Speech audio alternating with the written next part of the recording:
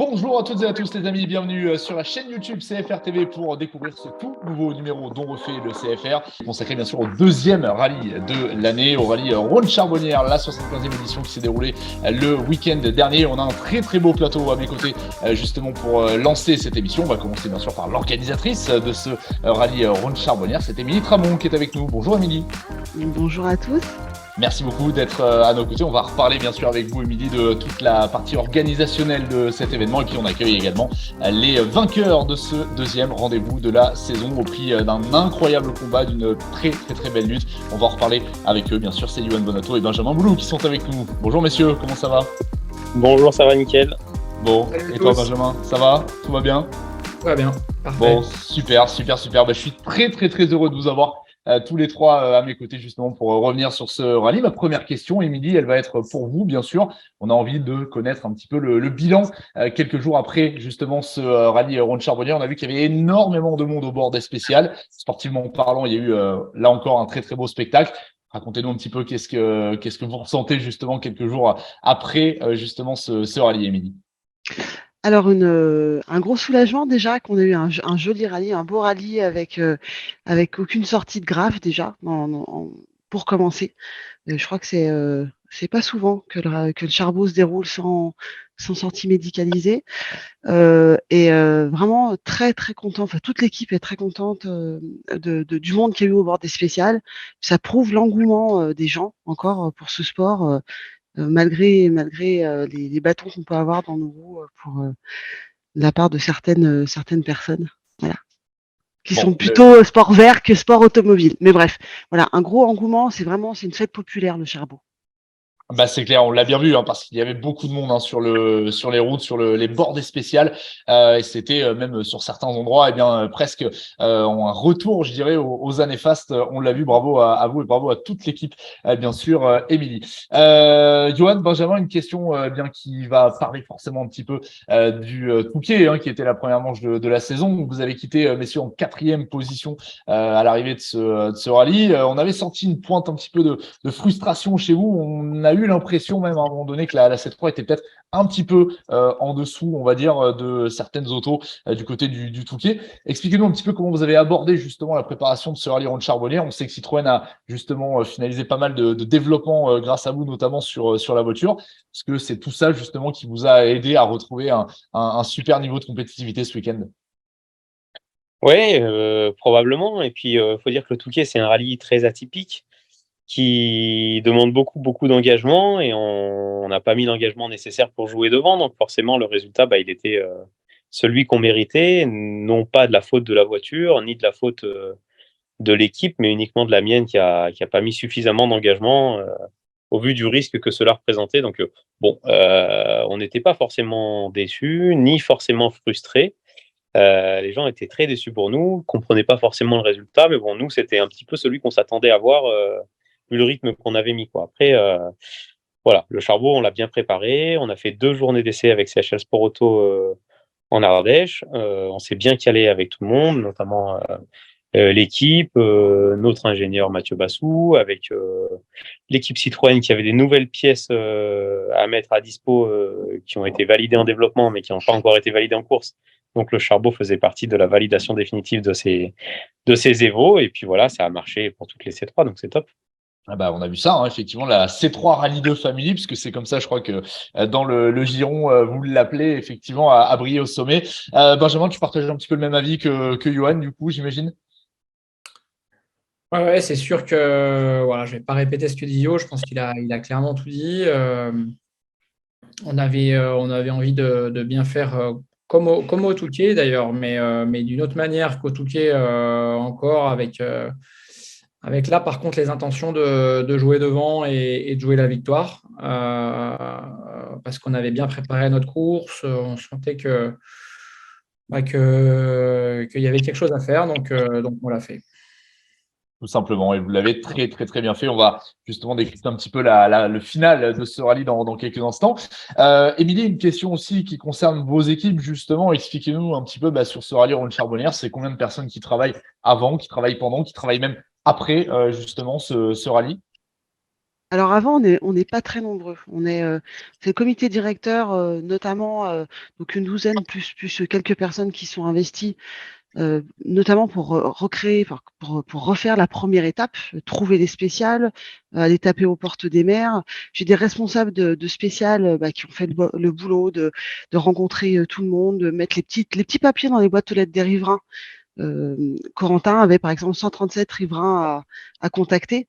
Donc voilà, toutes ces petites choses-là, ça se fait auparavant. Alors, je parle pas du dossier à déposer en préfecture, des sponsors, des partenaires à trouver, etc. Voilà, donc c'est tout un travail d'équipe de longue haleine. Hein. On a commencé le Charbot fin octobre, enfin juste après Limonest en fait. Hein. On a clôturé Limonest, on a attaqué le Charbot. Euh, Après, bon, le jour du rallye, on est à peu près 300 personnes environ, 300 bénévoles qu'on essaye de chouchouter, loger, nourrir, parce que voilà, c'est des gens qui ont des grosses amplitudes, qui ont passé une partie du samedi malheureusement sous la pluie. Et puis après, dans la semaine, le dimanche, il y a le rangement, malgré la fatigue qu'on ressent dans tout le corps. On attaque le rangement et rendre les voitures qu'on nous a prêtées. Et puis après, là, avec tout le comité directeur, on va commencer à débriefer. J'ai eu de la chance de recevoir déjà le rapport d'observation de la Fédé, qui est un document très précieux et qui nous permettra de faire un REX assez précis et puis de préparer l'édition suivante. Eh ben, on a hâte Juste déjà. avant de commencer Limonest. Tout à fait, tout à fait, tout à fait. On a hâte, bien sûr, déjà d'y être pour cette prochaine édition. Et puis, on va bien sûr saluer l'ensemble des commissaires et des bénévoles qui ont œuvré notamment sur ce rallye. Puis, Émilie, j'ai quand même une petite question pour vous. Ça fait quoi d'avoir, en qualité de vainqueur de ce rallye, justement, en équipage licencié à l'ASA du Rhône? Ça doit vous faire toujours plaisir, non? Je suis super fière. De toute façon, à chaque fois qu'on me demandait qui sont les favoris, c'est eux, hein, c'est obligé. Hein. Bah voilà, Ouais. forcément. Un petit peu de chauvinisme, mais on le comprend, oui, c'est on le normal. comprend. Évidemment, on le comprend tout à fait. Émilie, peut-être vous avez une petite question à poser aussi bien à Johan qu'à Benjamin? Alors, je vais. La question, en fait, c'est pas que moi, c'est l'équipe qui va leur poser. J'aimerais bien pouvoir les inviter à justement un retour d'expérience qu'on va faire, je pense, début mai. On va essayer de se caler une date avec eux s'ils veulent bien en visio. Hein, je vous ferai pas venir jusqu'à Lyon, mais pour qu'on puisse débriefer un peu du rallye et puis vous, pour voir de la partie concurrent, quelles sont les améliorations à apporter, sur quoi on peut travailler justement pour faire encore mieux l'année prochaine. Mais bon, Ouais, ça, avec on se plaisir. recalera. Ouais. Ouais, avec plaisir.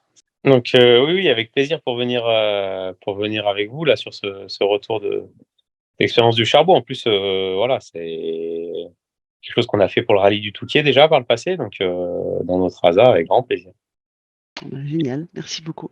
Eh ben parfait. Ben justement, on aura tous les retours sur ce rallye Rhône Charbonnière par justement Johan Bonato et Benjamin Boulou. Benjamin, peut-être que tu veux en profiter pour saluer l'organisation justement de ton ASA. Voilà, encore une fois, on le rappelle, on le précise, avec Émilie qui est présente à nos côtés.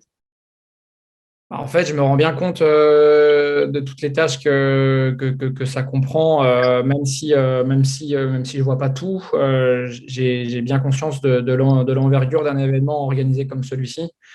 Et c'est vrai que je pense que les 12 personnes qui constituent le bureau directeur, je crois qu'on leur doit vraiment un grand coup de chapeau parce qu'organiser une course aussi importante que ça, enfin, c'est quand même des gros événements et un rallye, c'est pas nous on est un petit peu aussi dans le ski en même temps, mais organiser un rallye c'est quand même une sacrée affaire. Et clairement, on peut clairement les remercier parce que c'était une belle édition avec toujours des nouveaux chronos et ça, c'est toujours beaucoup de travail et de préparation. Ouais, un travail qui a été salué notamment sur la réduction du routier. On a beaucoup eu l'occasion d'en parler et c'est vrai que ça a été évidemment salué. Johan, Benjamin, on a justement quelqu'un qui nous a posé une question, enfin qui voulait vous poser une question. On va aller découvrir dans quelques instants. C'est Flo qui nous l'a envoyé.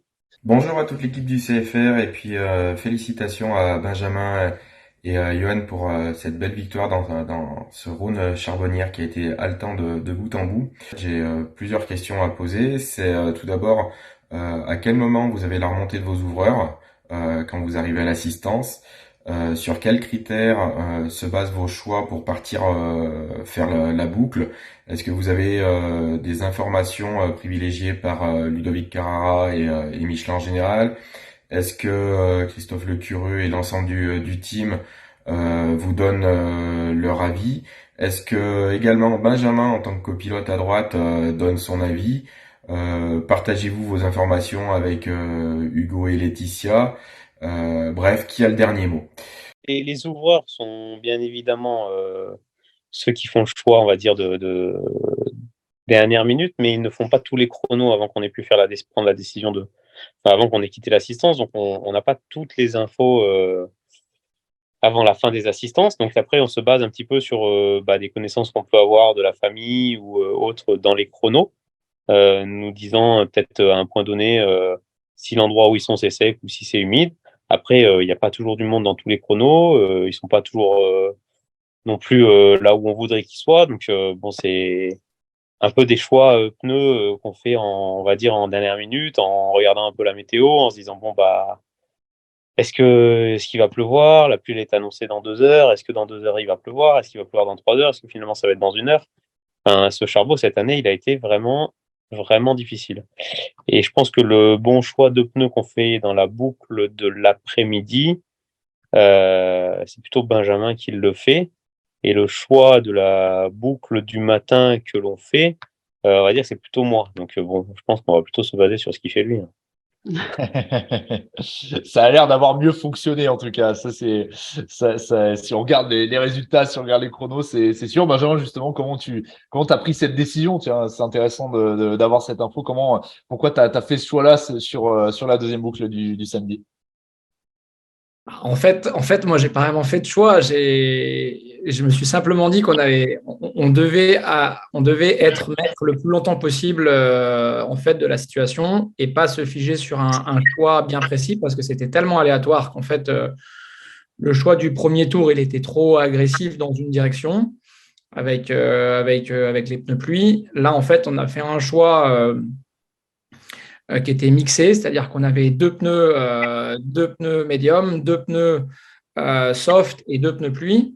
Et avec ça, on savait qu'on allait peut-être rencontrer toutes ces conditions-là, enfin des conditions sèches, des conditions humides ou des conditions intermédiaires.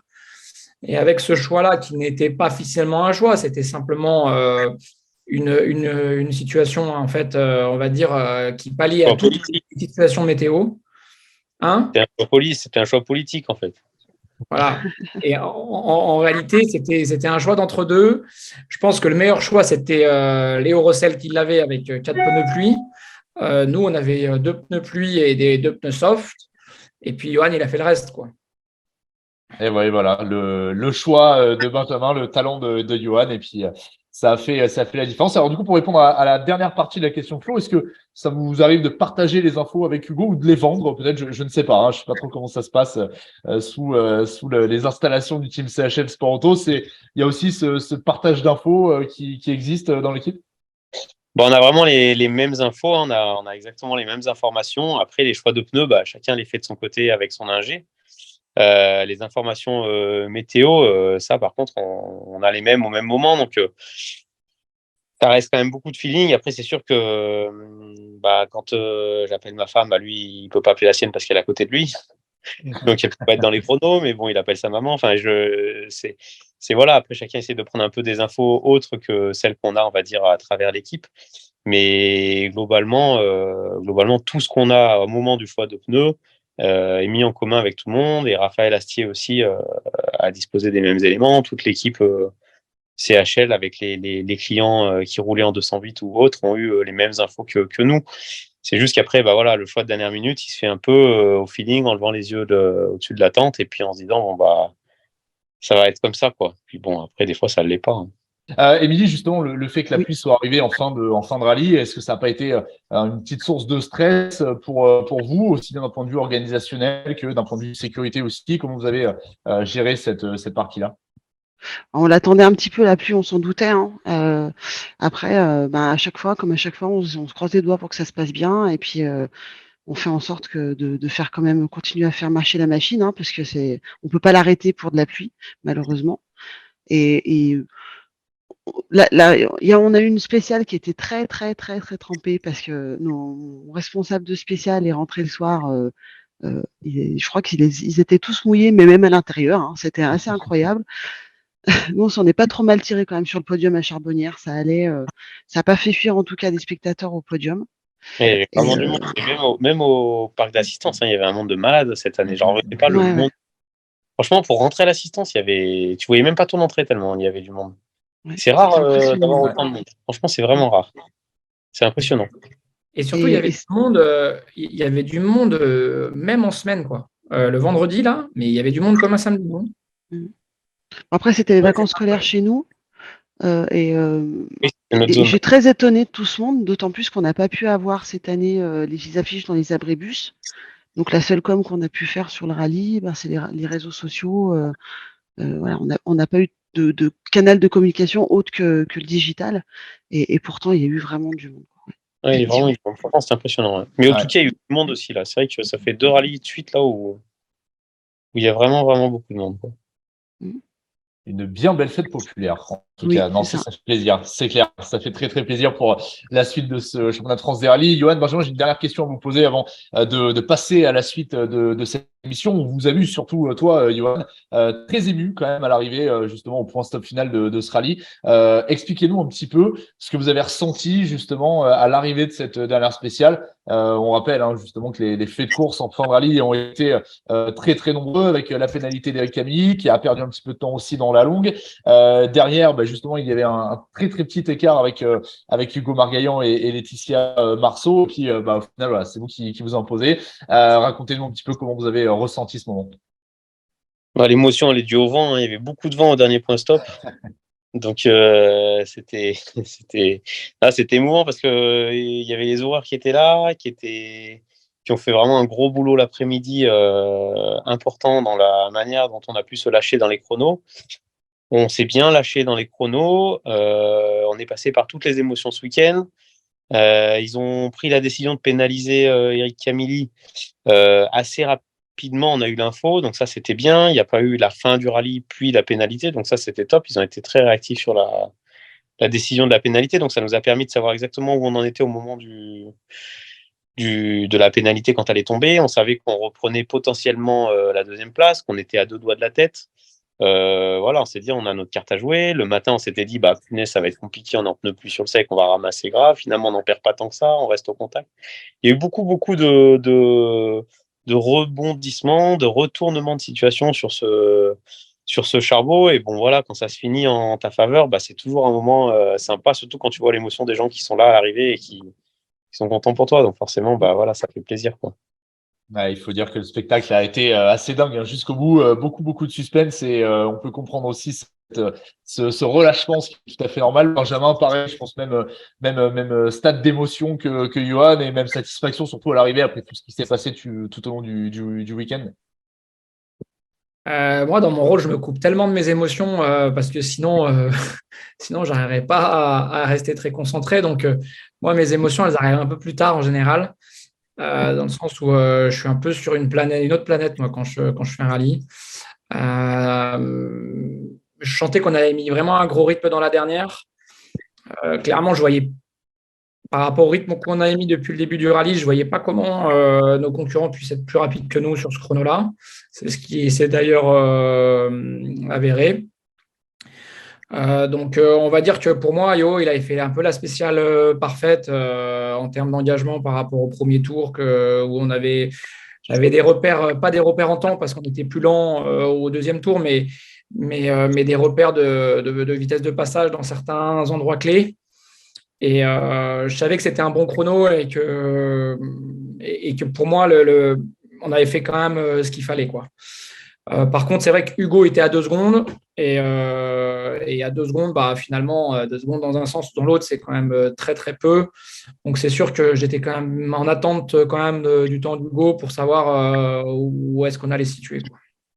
Oui, bien sûr, hein, il fallait attendre vraiment l'arrivée de tous les équipages concernés jusqu'au bout et ça a été très, très, très intense. Bon, en tout cas, bravo à tous les deux encore une fois pour cette très, très belle victoire. Bravo également, Émilie, encore une fois à vous pour eh bien cette très, très belle organisation. Bravo effectivement à toutes celles et ceux qui ont été impliqués dans l'organisation de ce rallye. Avant de passer à la suite de cette émission, on va quand même redécouvrir, bien sûr, en image, ça s'affiche sur votre écran, le top 10 de ce deuxième rallye de la saison. Et puis, bien sûr, dans le même temps, eh bien, vous découvrez le classement au championnat de France des rallyes. Après ces deux premiers rendez-vous de la saison, vous pouvez le constater, c'est très très chaud, c'est très très serré. Ça promet une grosse bagarre. On se donne rendez-vous Benjamin et Johan du côté d'Antibes et puis Émilie peut-être un petit peu plus tard, mais en tout cas, on se retrouve très prochainement, les amis. Eh ben, à bientôt. Allez, À bientôt. super. À très très Très vite. bientôt. À très très vite. Merci. Merci à tous les trois. On est de retour pour la suite de ce On refait le CFR consacré au 75e rallye Rhône Charbonnière et on va s'intéresser tout de suite au trophée Alpine Elf Rally mais aussi au championnat de France des rallyes féminins avec justement l'une de nos convives de ce soir qui a joué sur les deux tableaux du côté du Rhône Charbonnière. C'était Elodie Ginès. Bonjour Elodie. Bonsoir. On est ravis de t'avoir à nos côtés. Elodie, tu vas nous parler un petit peu, nous partager ton expérience du Rhône Charbonnière. Et puis, on accueille également celui qui s'est imposé du côté du rallye Rhône Charbonnière pour ce qui est de cette première manche du trophée Alpine Elf Rally. C'est Fabrice Beck qui est à notre côté. Bonjour Fabrice. Bonsoir à tous. On est ravis également de t'avoir à nos côtés. Fabrice, c'est justement à mes côtés. Je retrouve mon acolyte des rallyes qui nous a rejoint, Mathieu Anne. Ça va Mathieu? Salut Pierre, bonjour, bonjour à tout le monde. Bon, en tout cas, Mathieu, on va déjà commencer par parler un petit peu de ce trophée Alpine Elf Rally, mais aussi de ce championnat de France des rallyes féminins, comme je le disais. Pour ce qui est de la partie alpine, il y avait quand même 12 équipages au départ de cette première manche de la saison, plateau exceptionnel. Et on devrait, en plus de ça, avoir encore d'autres concurrents tout au long de la saison. Ça promet pour ce qui est de cette nouvelle saison. Le trophée monte en puissance et ça, c'est une très bonne chose, Mathieu, pour le championnat de France des rallyes de façon générale. Ouais, clairement, on en a parlé un peu tout au long du week-end, mais pour cette troisième saison, ça fait plaisir de voir autant d'Alpine, mais aussi de voir ce niveau en fait. Et on se l'était dit lors du premier live, lors du checkdown, ça va être difficile de sortir un favori. Ça allait être la bagarre. On savait qu'elle allait être plutôt très ouverte. Ça a été le cas. Il y a eu des changements de leader. Ça s'est beaucoup bataillé pour les premières places. Chacun a eu des petits soucis. Enfin, c'était très passionnant. Ça s'est joué vraiment sur la fin de rallye. Non, c'est vraiment de très bon augure pour cette saison. Et on ira un petit peu charcuter Fabrice d'avoir des petites questions sur ce trophée, mais vraiment une belle entrée en matière et c'est vraiment un trophée où il y a des pilotes qui viennent vraiment de tous les horizons, mais on voit que ça se bagarre très fort pour l'emporter. Ouais, ça promet une très très belle bagarre tout au long de cette saison. Ça a déjà commencé le week-end dernier. Fabrice, c'est avec toi justement qu'on va démarrer sur ce plateau. Moi, j'aimerais savoir un petit peu dans quel état d'esprit tu as abordé ce premier rendez-vous pour ce qui est du trophée Alpine Elf Rally de la saison. On le rappelle, tu avais déjà bien performé l'année dernière. Ça avait été une belle saison pour toi avec la victoire notamment du côté du rallye du Var. Raconte-nous un petit peu comment tu t'es préparé pour cette saison tout simplement. Bon, malheureusement, préparation très brève. On n'a pas pu rouler en séance d'essai comme on le fait d'habitude en début d'année. Les contraintes du travail principalement. Mais on est resté sur la dynamique qu'on avait au Var. On a compris vraiment comment aller vite avec cette voiture. Et franchement, comme je l'avais annoncé jeudi en conférence, on était vraiment venu là pour faire un résultat et on a réussi à le faire, donc c'est bien. Ouais, c'est une très très bonne chose, surtout comme le disait Mathieu, vu le plateau qu'il y avait. Certes, c'est passé pas mal de choses tout au long de ce rallye. On va y revenir bien sûr dans quelques instants. Elodie, tu étais bien finalement la seule féminine engagée sur ce trophée Alpine Elf Rally du côté du Rhône Charbonnière. C'était la première fois d'ailleurs qu'on avait un équipage 100% féminin au départ d'une manche du trophée. Raconte-nous, explique-nous. On va expliquer aussi aux internautes dans quelle mesure, dans quelles conditions tu t'es retrouvé là avec l'Alpine. Oui, première pour nous. On est arrivé avec une Alpine. À la base, c'est le cadeau suite à la dotation l'année dernière du Clio Trophy. Donc, c'était une manche en Alpine, du championnat de France, au choix. Donc, je suis partie sur le Lyon-Charbonnière parce que je pensais que c'était le plus approprié quand même au niveau terrain pour une Alpine. On va dire que le Lyon-Charbot, c'est plutôt des spéciales type P, on va dire, entre parenthèses, un circuit comparé à d'autres rallyes du championnat. Donc, je me suis dit que c'était peut-être pour nous le plus simple d'apprendre une voiture sur ce rallye. Voilà comment je suis arrivée là à la base. Et puis, on a vu justement que tu as quand même bien performé avec un rallye qui s'est bien terminé pour toi. On va pareillement y revenir dans quelques instants. Mathieu, quelques questions peut-être à poser aussi bien à Fabrice qu'à Elodie. Je te laisse la main. Ouais, moi je voudrais une question pour Fabrice pour commencer. Fabrice, t'as eu l'occasion dans ta carrière derrière le volant de conduire des très belles voitures, des R5, mais aussi là, on se rappelle de la 207 S2000, la DS3 R3. Qu'est-ce qui te plaît dans cette Alpine? On te sent plus à l'aise que jamais, j'ai envie de dire. Pierre le disait, victoire au VAR en dernier, que des podiums en 2022. On te sent hyper à l'aise et hyper serein au volant de cette voiture. Qu'est-ce qui t'amène justement cette sérénité? Alors déjà, à la base, Alpine, c'est un mythe, et on est super content de rouler dedans. D'ailleurs, la preuve, c'est au Charbot, c'est le premier constructeur présent avec le nombre d'autos. Hein. Il y avait des R5, mais plusieurs marques, alors que 14 Alpines sur le plateau, c'est top.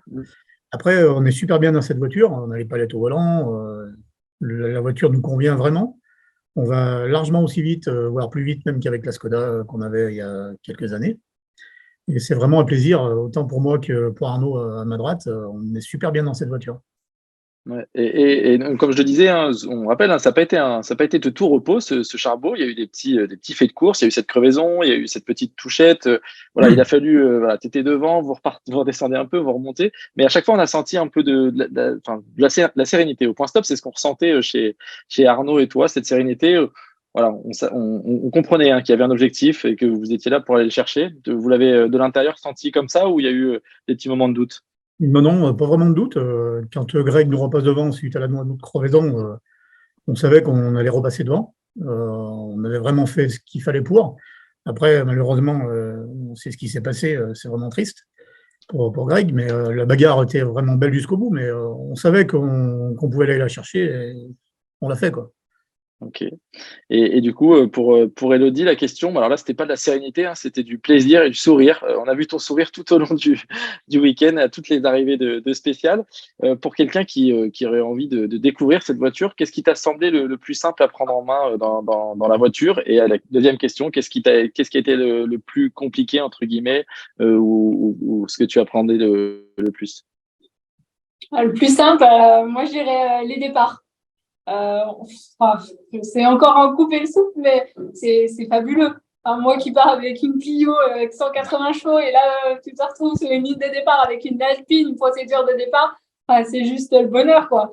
Non, c'est fabuleux. Après, le plus dur, je trouve, c'est la sensation de vitesse, en fait. On prend des vitesses folles et c'est habituer tes yeux à cette sensation, tu vois que ça défile, et c'est vrai que ça, tu vois, avec la Clio, on n'a pas trop l'habitude.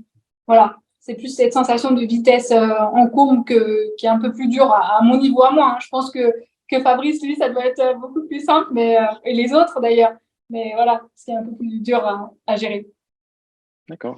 Pierre, si tu avais des questions? Ah bah ouais, moi j'en ai plein. On peut rester encore des heures et des heures, bien sûr, à parler de ce rallye Ron Charbonnière, évidemment. Fabrice, une question pour toi. C'est vrai que comme Mathieu le disait, il s'est passé plein de choses. Il y a eu cette crevaison, il y a eu plein de faits de course et on a une petite pensée, bien sûr, pour Greg Fontalba et pour Stéphane Hermé qui, effectivement, sont sortis de la route. Il y a eu surtout le samedi après-midi, à quelques spéciales du terme, cette petite touchette qui aurait pu justement faire tout basculer. Comment tu t'es senti à ce moment-là? Comment tu as réussi à te refocaliser, on va dire, sur l'essentiel, à savoir performer jusqu'au bout et essayer d'aller remporter cette victoire?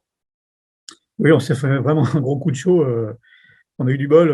La voiture sort du bon côté contre le talus. En fait, on est parti sur une plaque noire. Alors, j'ai pas trop compris parce que c'était en pleine ligne droite, mais où ça délestait légèrement et très très vite. On devait être au moins 140, je pense. Et donc Greg, il sort le virage d'après, sauf que lui, il est sorti du côté des arbres. Donc vraiment, on a eu vraiment de la chance. Alors, on a fait un petit kilomètre histoire de se remettre dedans. Et quand j'ai vu que tout refonctionnait bien, on est reparti à bloc pour pouvoir faire le scratch dans cette spéciale. Chose qu'on a fait d'ailleurs, je crois. À la guerre comme à la guerre, voilà. On est reparti comme il fallait, et puis ça a marché effectivement parce qu'il y a eu la victoire au bout. Elodie, j'avais un petit peu la même question que Mathieu à te poser, c'est-à-dire que l'environnement était évidemment tout à fait différent pour toi, qui passait de la Clio, on rappelle Rallye 5, à cette Alpine A110 RGT. Comment tu as géré ce week-end? Parce que au-delà justement de l'apprentissage de cette voiture, j'imagine qu'il y avait quand même peut-être un petit peu d'appréhension au départ de ce rallye. À quel moment tu as commencé à te sentir un petit peu plus en confiance? Je parle pas forcément d'aller attaquer pour aller chercher les Fabrice ou autres devant, mais ne serait-ce que voilà de commencer à avoir un petit peu la voiture à sa main et de se faire vraiment plaisir. Alors, on a fait un peu de circuit sur Alès, donc du circuit, tu vois, c'est pas trop typé rallye. Après, du coup, on a fait une après-midi à Mentières, donc là, c'est un peu plus des routes qui ressemblent un peu plus à chez nous. Et puis après, on est arrivé au check-down et sur le rallye. Ça a été quand même un peu compliqué. Rien que se dire que c'est une voiture, enfin, c'est pas la tienne, enfin, voilà. Moi qui roule avec ma propre voiture, c'est pas facile de se dire allez, faut y aller, faut oser. Enfin, en tout cas, pour moi, ça a été un peu compliqué. Et puis du stress parce que enfin, c'est une Alpine, quoi. C'est pas non plus une 208 ou autre, quoi. Donc, je voulais surtout la ramener et surtout me faire plaisir parce qu'à la base, c'était le week-end plaisir. C'était le week-end où on regardait pas forcément les chronos, où ça restera un super souvenir, où à mon avis, ça sera qu'une fois dans ma vie. Enfin, voilà. Donc, non, c'était le week-end plaisir. Bon, tu m'as enlevé ma deuxième question que je voulais te poser. La suite, c'est quoi? Parce que forcément, on sait, tu nous en as parlé pendant le rallye. On te reverra un petit peu plus tard dans la saison, mais avec une monture un petit peu plus modeste, hein, en l'occurrence. On va revenir à une voiture que tu connais bien. Mais est-ce que quand même, au fond de toi, tu t'es pas dit s'il pouvait y avoir une autre opportunité, un de ces quatre, de rerouler dans l'Alpine, quelles que soient les conditions, si ça peut se faire? Et j'imagine que tu te laisseras peut-être éventuellement tenter, Elodie.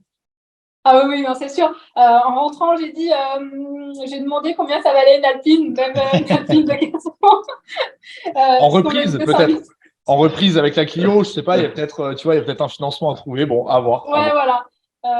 Bon, pour l'instant, voilà, il n'y a rien qui est fait, mais pourquoi pas? Non, c'est sûr que si l'occasion revenait à se faire, c'est sûr que je dirais oui, oui, 1000 fois, quoi. On peut le comprendre, normal, et on serait, eh bien, on ferait le même choix en tout cas si on était à ta place, ça c'est sûr. Fabrice, reparlons quand même de l'arrivée de ce rallye avec cette victoire pour démarrer cette saison. C'est quand même la meilleure des choses qui pouvaient arriver, même si encore une fois, effectivement, on regrette l'absence de Greg à l'arrivée justement de ce rallye. Et je pense que tu aurais préféré te battre à la régulière avec lui jusqu'au bout. Toutefois, avant d'attaquer la suite de cette saison, avant d'aller à Antibes, c'est quand même une super opération pour toi et ça te met parfaitement dans les rails pour cette saison 2023. Oui, tout à fait, sauf que la saison ne sera pas complète. Niveau boulot, c'est ingérable. Donc, on va prendre les rallyes au fur et à mesure, on va voir comment ça se déroule.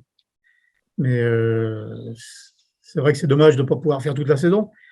Il y aura eu de grosses bagarres avec Pierre, parce que Pierre, il sera devant, ça c'est clair, avec de la grosse essence en plus, donc difficile à aller chercher. Mais on a prouvé sur ce rallye que même en roulant 98, on est devant les copains qui roulaient avec d'ETS, donc c'est top. Ou Eh ben ouais.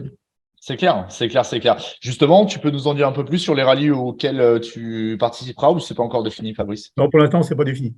Ok. Et toi, Elodie, du coup, petite idée? Eh ben, Antibes avec la Clio. C'est déjà pas mal, c'est déjà cool. Ouais. C'est déjà cool. Redescendre. Ah ouais, c'est ça, c'est ça, mais c'est déjà top. Mathieu, tu as peut-être voilà encore une fois quelque chose à rajouter, une dernière petite question pour Fabrice et pour Elodie avant de passer à la suite de cette émission justement. Ouais, qu'est-ce que on pensait, hein, que ce soit Elodie et Fabrice, on va commencer avec Elodie, de ce rallye Rhône-Charbonnières un peu plus concentré. On en a pas mal parlé, des spéciales très rapides, mais en général, qu'est-ce qu'ils ont pensé du rallye, de la qualité d'organisation? On le rappelle, hein, c'est un gros boulot d'organiser une manche du championnat de France des rallyes, et les organisateurs sont friands d'avoir des retours des pilotes. Ça peut être l'occasion pour Elodie, qui a pas mal d'expérience, qui roule en championnat, mais aussi en Coupe de France, et de Fabrice d'avoir leur retour sur ce rallye Rhône-Charbonnières. Allez, c'est parti. Après les retours de Yohan Bonato et de Benjamin Boulou, c'est à vous, Elodie et Fabrice. Non, moi je dirais que c'est toujours un rallye où on a beaucoup de plaisir à aller rouler. Pour ma part, il est super bien organisé, il n'est pas très loin de la maison, donc est-ce que c'est aussi un rallye de cœur? Je ne sais pas, mais en tout cas, au niveau championnat, je pense pour moi, c'est le manque d'engagés, pas spécialement le manque d'engagés, mais je pense qu'une coupe ferait du bien à ce rallye. Voilà. Après, les sensations de vitesse et tout ça, Après, on sait que c'est un charbot, ça va vite, c'est un des plus vite avec le Cœur de France.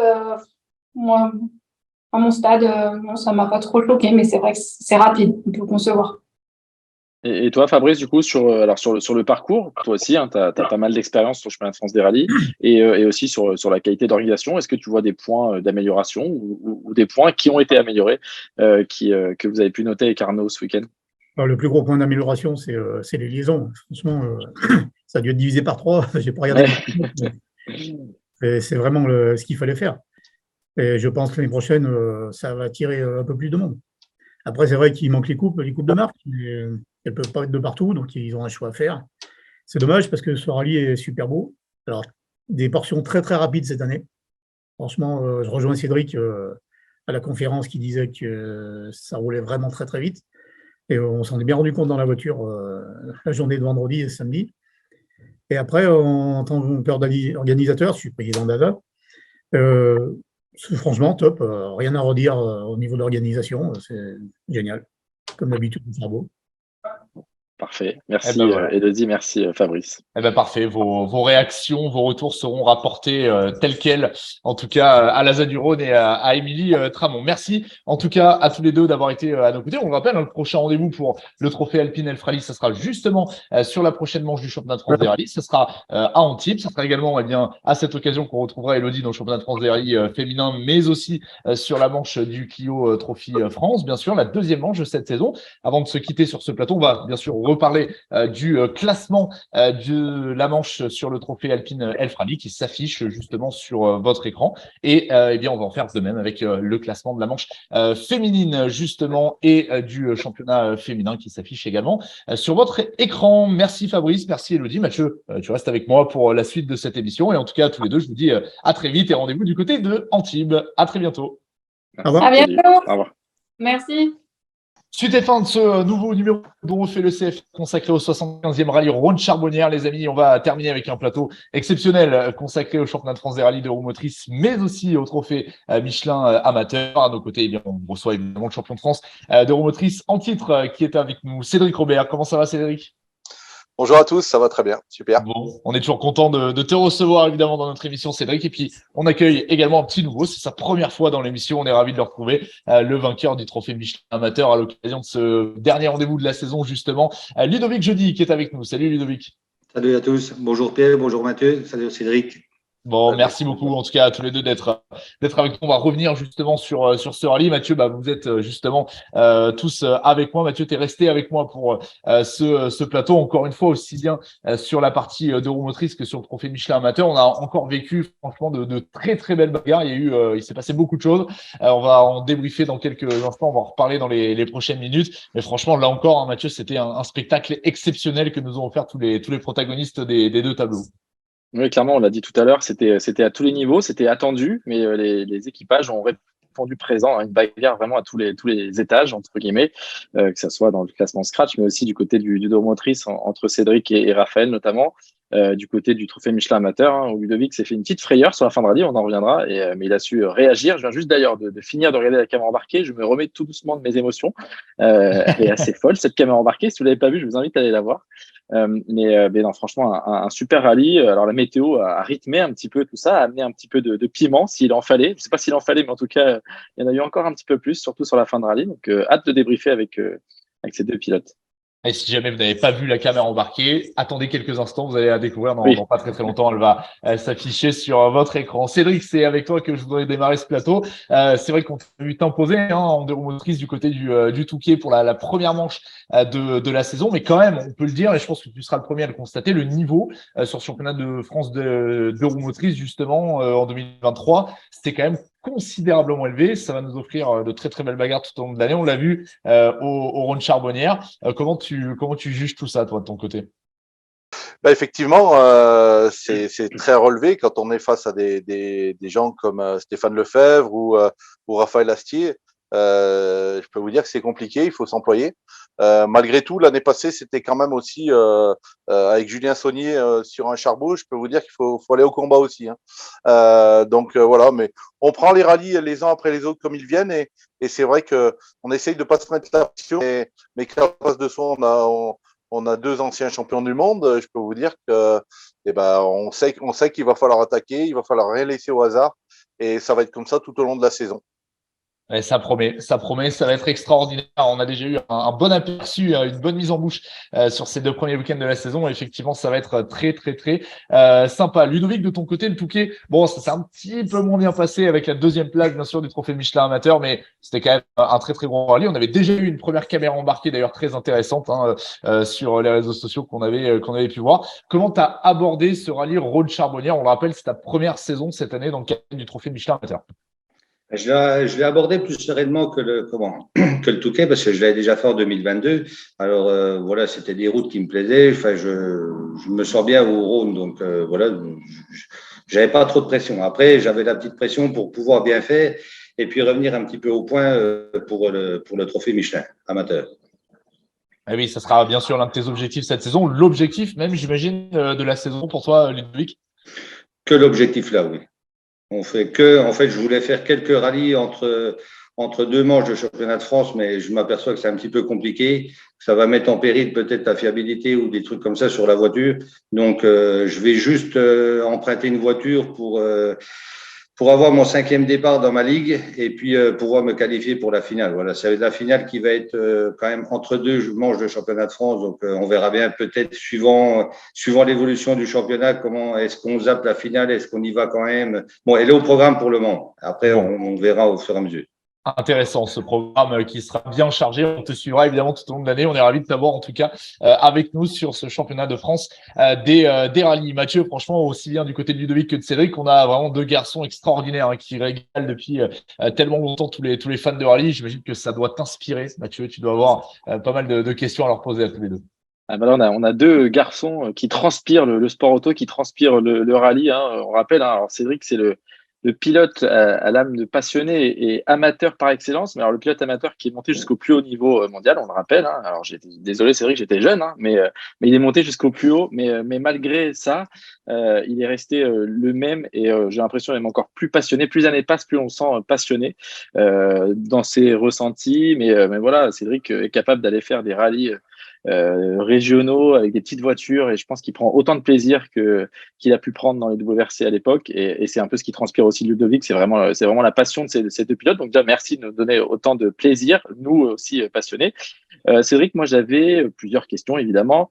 La première, c'était de décortiquer un petit peu le rallye. Il a été en 2 phases, hein. Il y a eu ce vendredi sur le sec où le rythme était déjà là, mais on t'a senti un petit peu chafouin à l'arrivée des spéciales. Il manquait pas grand-chose, mais il en manquait un petit peu. Est-ce que vous avez pu analyser avec l'équipe j'imagine que vous avez pu analyser parce que vous avez réussi à inverser la tendance le samedi, mais sur le sec notamment, est-ce qu'il y a encore des petites choses à améliorer ou est-ce que vous avez déjà mis le point dessus? Je vais rebondir sur la première question, en fait, qui a été le fait d'avoir Raphaël et Stéphane avec nous. Du coup, en essai, j'ai fait une petite bêtise, j'ai trop voulu en faire. Et du coup, j'ai été un peu trop loin dans les réglages de la voiture. Au mieux de rester à ce qu'on connaît, j'ai voulu aller un peu plus loin. Je pensais que c'était mieux. Et en fait, je me suis aperçu qu'on n'était pas parti dans la bonne direction. Mais ça, tu le sais après. Donc, comme tu enchaînes 3 spéciales, je me suis rendu compte que voilà, on n'était pas dans la plage des amortisseurs et du coup, la voiture était pas à ma convenance. Alors que et au 2e tour, tout simplement, c'était un peu mieux parce qu'on était revenu dans ce qu'on connaissait. Et là, on s'est très vite rapproché. Voilà, mais bon, et c'est comme ça. Je veux dire, pour trouver déjà des routes aussi larges et aussi vite que le Charbot. Pour faire des essais, c'est hyper compliqué. Et donc là, j'avais une base qui était bien, mais qui était un petit peu trop étroite. Et du coup, je pouvais pas prendre les appuis qu'on a pu prendre au Charbot. Et voilà. Et donc, j'ai fait une erreur d'appréciation sur mes réglages d'avant rallye. Et c'est pour ça que la première journée a été compliquée. Et je savais que de toute façon, la 2e journée allait être hyper compliquée du fait de la météo.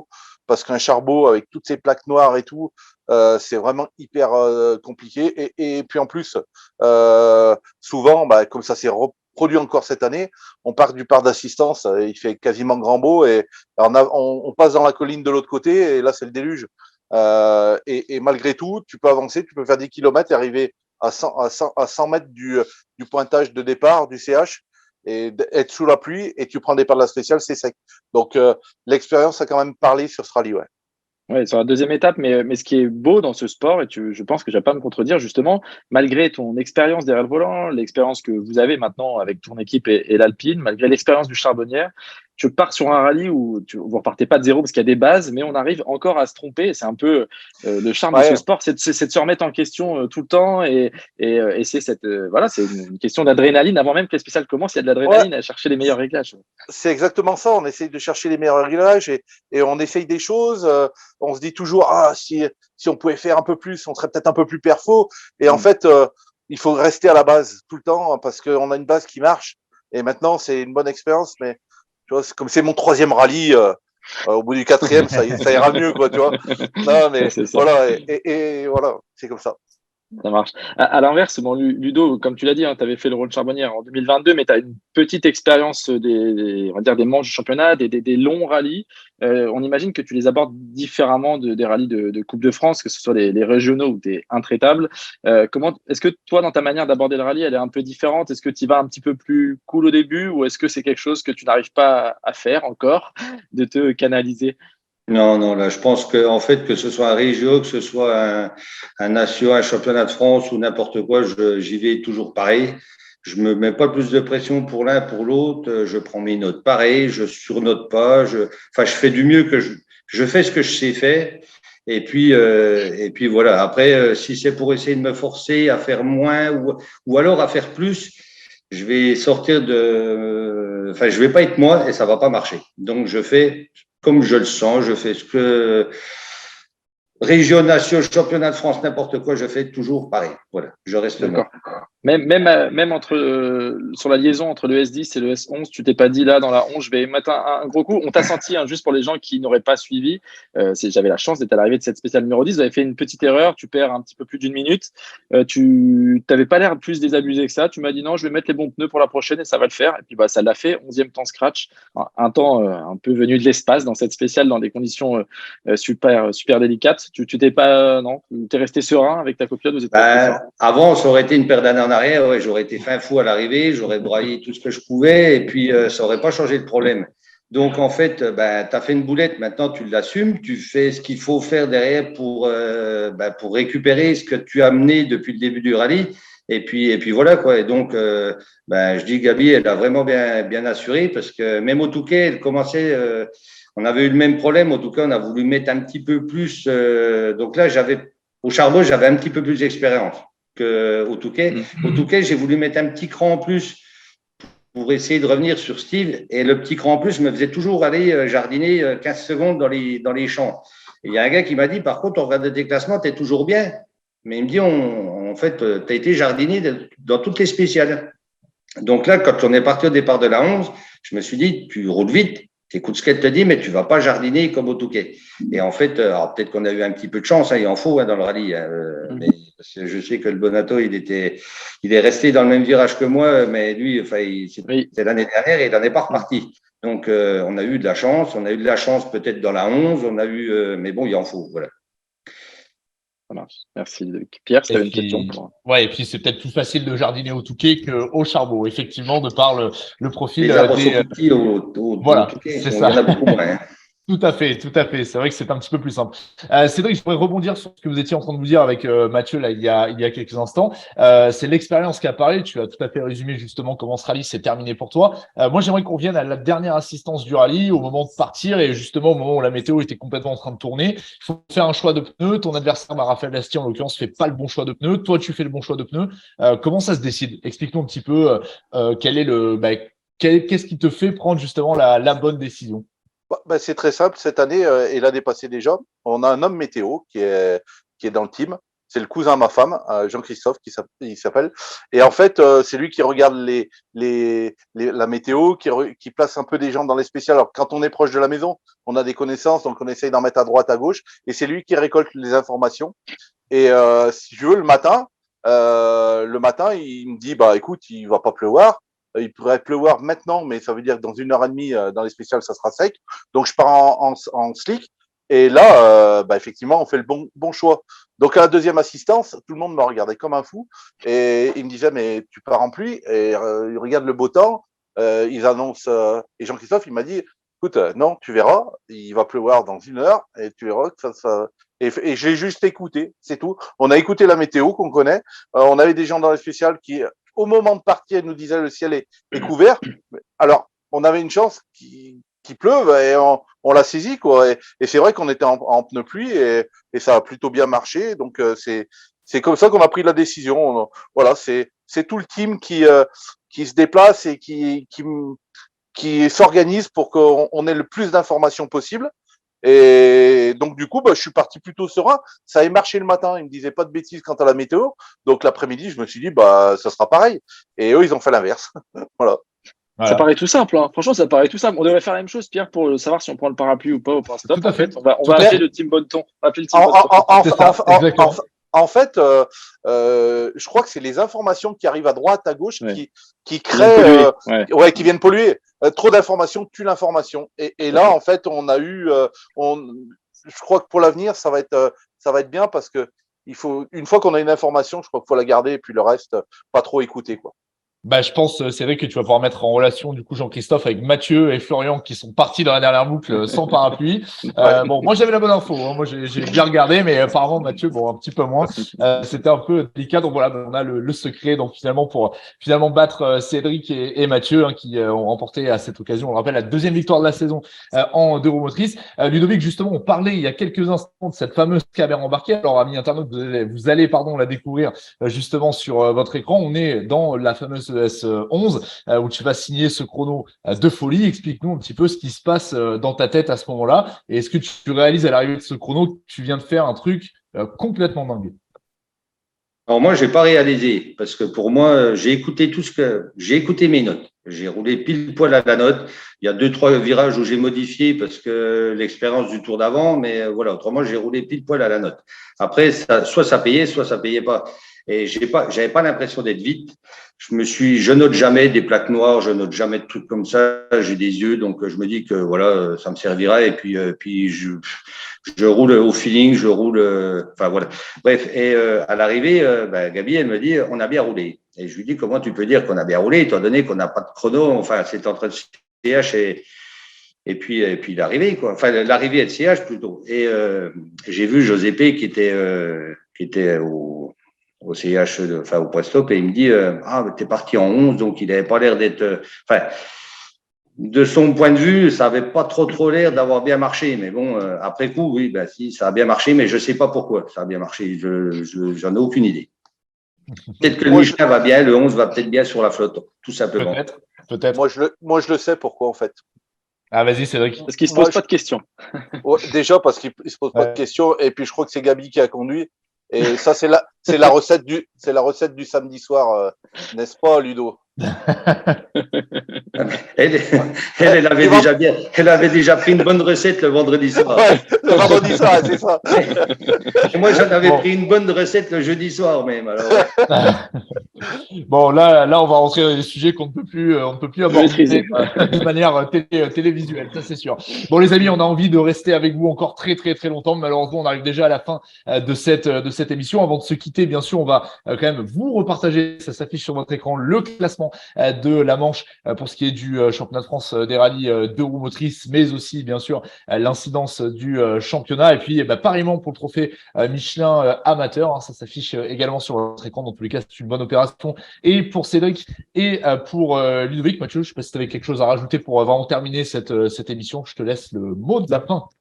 Non, merci. Hein. Comme je disais en préambule de ce plateau, ce sont deux pilotes qui transpirent la passion. Je pense que vous en avez eu la preuve encore une fois.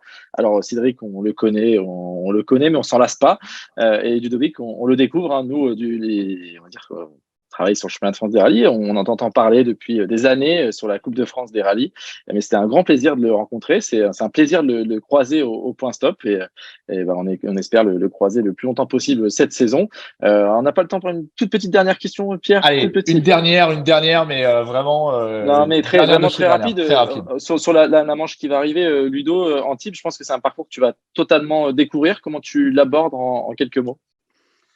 je vais le découvrir, en fait, mis à part le Vosges Grand Est, le Charbot et puis le Mont Blanc où je les connais, et tous les autres, je découvre. Donc, je vais, comme comme le Touquet, comme le Cœur de France, comme le Rouergue, comme on y va, on prend des notes, on roule, comme on sait faire, mais je me pose zéro question. J'ai autre chose en tête et j'ai pas le temps de m'en poser dans ma vie de tous les jours. Donc, on verra ça le jour J quand on sera là-bas. Et puis voilà. Pour le moment, c'est juste l'histoire de trouver un gîte, de trouver comment on descend, comment ceci. Mais alors, pour les spéciales, je suis content. Il y a de la grande spéciale. J'ai vu ça et ça, j'en suis ravi. Voilà. Bon, ça sera le mot de la fin, Pierre, tu vois, c'est qu'il ne faut pas trop se poser de questions. Cédric l'a dit, hein, la recette du succès, ça a été de ne pas se poser trop de questions sur les réglages, pas trop de questions sur la météo.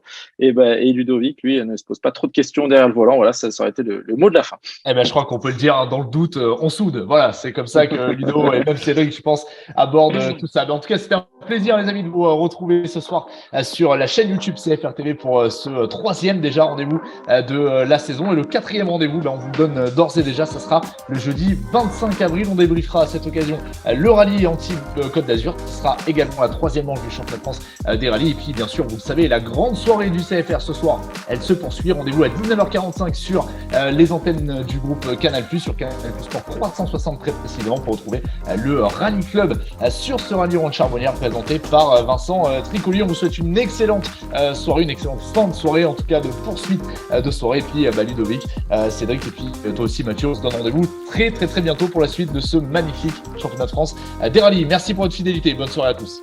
Allez, bye bye. Bye bye. Bye bye.